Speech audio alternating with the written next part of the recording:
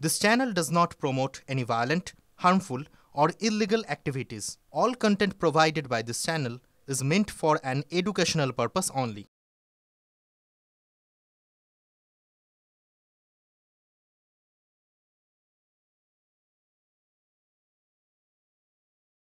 টিএমসিপির সাধারণ সম্পাদক অভিরূপ চক্রবর্তী, যার দাদাগিরির ছবি আপনাদেরকে আমরা দেখাচ্ছিলাম, কিন্তু তিনি একা নন।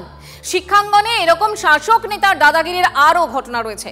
কলেজের পরিচালন সমিতির বৈঠকে দুই অধ্যাপককে শাসানি তৃণমূল ব্লক সভাপতির। ঘটনা কোথাকার? বেলিয়াতোর যামিনী রায় কলেজে এই দাদাগিরির ঘটনা ঘটেছে এবং সেই ভিডিও ইতিমধ্যেই ভাইরাল। ছবি দেখাচ্ছি আপনাদের।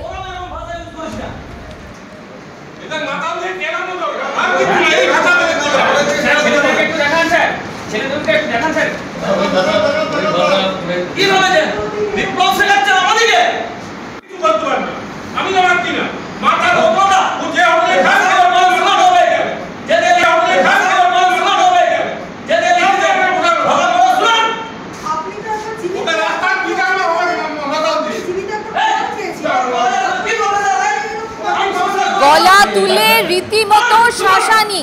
শুধু তাই নয়, দুই অধ্যাপককে প্রাণে মেরে ফেলারও হুমকি দেন বলে অভিযোগ তৃণমূল নেতার বিরুদ্ধে।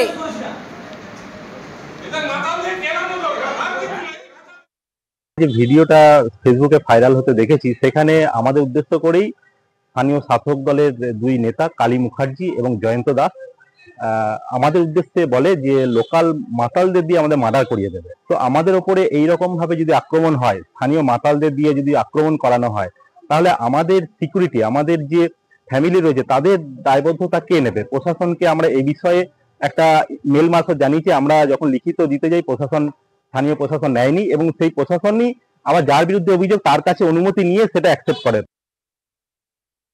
এই ভিডিও দেখে পরিষ্কার যে তৃণমূলের ব্লক সভাপতি তার নেতৃত্বে অধ্যাপক নিগ্রহের যে স্ক্রিপ্ট, সেই স্ক্রিপ্ট আগেই লেখা হয়ে গিয়েছিল, সেটা বর্তমানে প্রযোজ্য হলো। ওনাকে তো একাধিকবার হুমকি দেওয়া হয়েছে। এটা অত্যন্ত নিন্দনীয়। আমরা ভারতীয় জনতা পার্টির পক্ষ থেকে এর তীব্র প্রতিবাদ জানাচ্ছি। অধ্যাপকদের অসম্মানিত করার জন্য কারা জড়িত এবং কারা যারা এই দুষ্কৃতিকারী, যারা মদ্যপ, তাদেরকে বাঁচানোর চেষ্টা করছে এবং তাদেরকে পরোক্ষে মদত দিচ্ছে, এটা মানুষের কাছে প্রতিদিন পরিষ্কার হচ্ছে। বড়জোড়া বিধানসভার মানুষ এই ঘটনাকে তীব্র ধিক্কার জানাচ্ছে এবং অবিলম্বে দোষীদের শাস্তির আমরা দাবি করছি। এই যে এত ভুরি ভুরি অভিযোগ, সেই সমস্ত অভিযোগ অবশ্য অস্বীকার করেছেন তৃণমূল ব্লক সভাপতি। এরকম কোনো ঘটনা ঘটেনি। কথাবার্তা হচ্ছিল, প্রফেসরের সঙ্গে স্টুডেন্ট ছিল প্রচুর। তো এটা যারা ভিডিওটা ভাইরাল করেছে তাদের কাছে শিক্ষা নেওয়ার কিছু নেই। এখন সিপিআইএম পার্টিটা এখন যেভাবেই হোক শূন্য থেকে ভাবছে যদি কোনো রকম প্লাস কিছু করতে পারি। এই ঘটনাটায় কোথাও প্রমাণ করা হয়েছে কি যে আমরা হুমকি দিচ্ছি? কথাবার্তা হচ্ছে, তো কথাবার্তার সঙ্গে হুমকির কি আছে?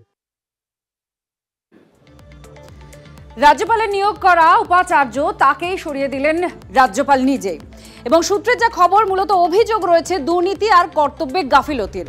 গৌড়বঙ্গ বিশ্ববিদ্যালয়ের উপাচার্যকে সরানো হয়েছে এবং এর পাশাপাশি আরও একটা প্রশ্ন উঠেছে। 25শে অগস্ট গৌড়বঙ্গ বিশ্ববিদ্যালয়ের সমাবর্তন ছিল, কিন্তু সেই সমাবর্তন আয়োজন হয়নি। আর তার জন্যেই কি অপসারণ, এই প্রশ্ন এখন উঠেছে। পরের খবর, অভিষেক বন্দ্যোপাধ্যায়কে ঘরে ঢুকে গুলি করার হুমকি। হরিয়ানার আম্বালা থেকে গ্রেফতার ডোমকলের আমিনাবাদের যুবক শরিজুল শেখ।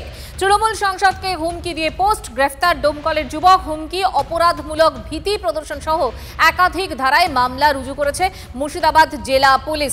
এই মুহূর্তে এই ধৃতের সম্পর্কে কি জানতে পারছি আমরা জানবো। কৌশিক আমাদের সঙ্গে রয়েছেন, জানাবেন আমাদের প্রতিনিধি। কৌশিক, দেখো, যে হুমকি দিয়েছেন যে অভিষেক বন্দ্যোপাধ্যায়কে ঘরে ঢুকে গুলি করার কথা এবং বিভিন্ন রকমভাবে শিক্ষা দেওয়ার কথা তিনি হুমকি দিয়েছেন। এছাড়াও পাশাপাশি তিনি আরও অভিযোগ করেছেন যে কোনো অস্ত্রের প্রয়োজন হলে তার সাথে যোগাযোগ করুন। এরকম সোশ্যাল মিডিয়া অর্থাৎ ফেসবুকের মধ্যে তিনি এরকম পোস্ট করেছেন। এই পোস্টটির মধ্যে ঢুকে দেখা যায় যে অভিষেক বন্দ্যোপাধ্যায়কে ইংরেজিতে তিনি লিখেছিলেন।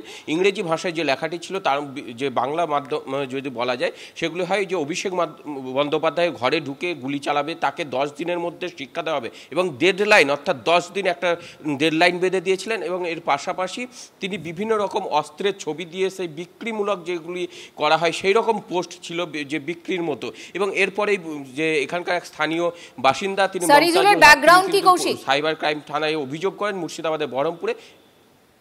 দেখো যেটা ব্যাকগ্রাউন্ড জানা যাচ্ছে যে ডোমকলের আমিনাবাদের বাসিন্দা হচ্ছেন এই সারিজুল এবং তিনি বর্তমানে হরিয়ানায় কিন্তু কাজ করতেন, যে এখনো পর্যন্ত যেটা জানা যাচ্ছে যে পরিযায়ী শ্রমিকের কিন্তু তিনি সেখানে কাজ করেন, সেখান থেকে এরকম মন্তব্য করেছেন, এটা প্রাথমিক সূত্রে জানা যাচ্ছে। তবে এখনও স্পষ্ট নয় যে সে কি কাজ করে, অর্থাৎ যে তিনি যে ভাষাগুলো ইউজ করছে অর্থাৎ ইংরেজি ভাষায় তার ফেসবুকের পোস্টগুলো কিন্তু রয়েছে, তবে এখনও স্পষ্ট নয় যে তার ব্যাকগ্রাউন্ডে আরও কে রয়েছে। তবে পুলিশ যেটা জানিয়েছে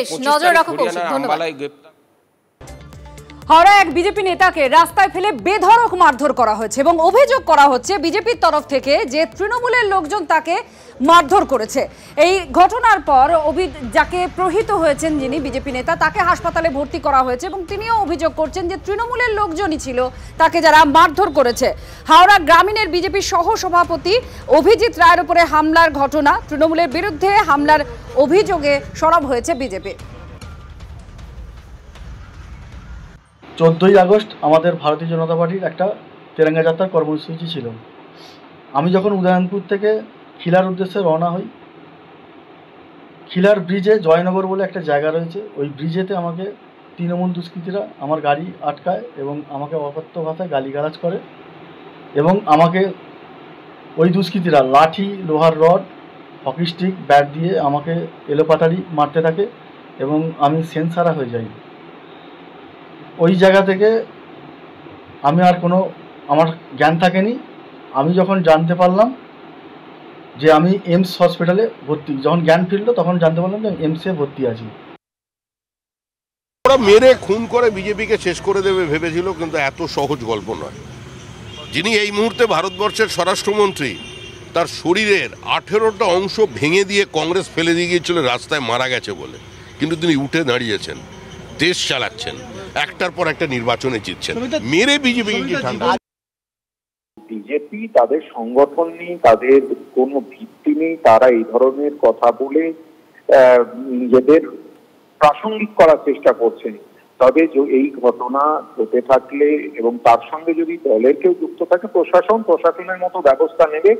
দল কোনোভাবেই তাদেরকে কোনো আশ্রয় দেবে না।